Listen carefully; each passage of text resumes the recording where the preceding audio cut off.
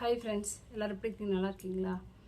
ஒரு சின்ன ஒரு குட்டி வீடியோ தான். என்னென்னு பார்த்தீங்கன்னா, ஒரு கிராமத்துலேருந்து ஒரு அக்கா வீடியோஸ் போடுவாங்க. அவங்க பேர் நான் சொல்ல விரும்பல. அவங்க வந்து இப்போ ரீசெண்டாக தான் மானிட்டேஷன் ஆனாங்க. ஒரு கிராமத்து வீடியோஸ் போட்டு மானிட்டேஷன் ஆகியிருக்காங்க. ரொம்ப சந்தோஷம். அவங்க வீடியோ நான் ரெகுலராக பார்க்குவேன். அவங்க மேலே ஒரு தனி மரியாதையும் கூட இருந்தது. என்னென்னு பார்த்தீங்கன்னா, இப்போ கொஞ்சம் நேரத்துக்கு முன்னாடி ஒரு சின்னதாக அவங்களோட ஷார்ட்ஸ் வீடியோஸ் ஒன்று பார்த்தேன். என்ன சொல்லியிருந்தாங்கன்னா, ஏன் பல மேக்கப் போட்டு நல்லா ட்ரெஸ் பண்ணியிருந்தால் தான் வந்து அவங்க தான் சப்போர்ட் பண்ணுவீங்களா, எங்களை மாதிரி இருக்கவங்க சப்போர்ட் பண்ண கிராமத்துக்கு சப்போர்ட் பண்ண மாட்டிங்களா அப்படி சொல்லிட்டு ஒரு வீடியோ அவங்க ஆக்சுவலி அதை எப்போ போட்டிருக்காங்க. அந்த வீடியோ நான் இப்போ தான் பார்த்தேன். அவங்களுக்கு சப்போர்ட் கேட்குறது, எனக்கு சப்போர்ட் பண்ணுங்கள் அப்படின்னு அவங்க கேட்குறது எனக்கு சந்தோஷம்தான். எல்லோரும் அவங்களுக்கு சப்போர்ட் பண்ணுங்கள். பட் அவங்க சொன்னதில் சின்ன ஒரு வருத்தம் என்னென்னா, பல மேக்கப் போட்டு இருந்தால் தான் வந்து எல்லோரும் சப்போர்ட் பண்ணுவீங்களா அப்படி சொல்லிட்டு. மேக்கப் போட்டு வீடியோஸ் பலன்னு போடுறவங்க எல்லாருமே தப்பானவங்களும் கிடையாது.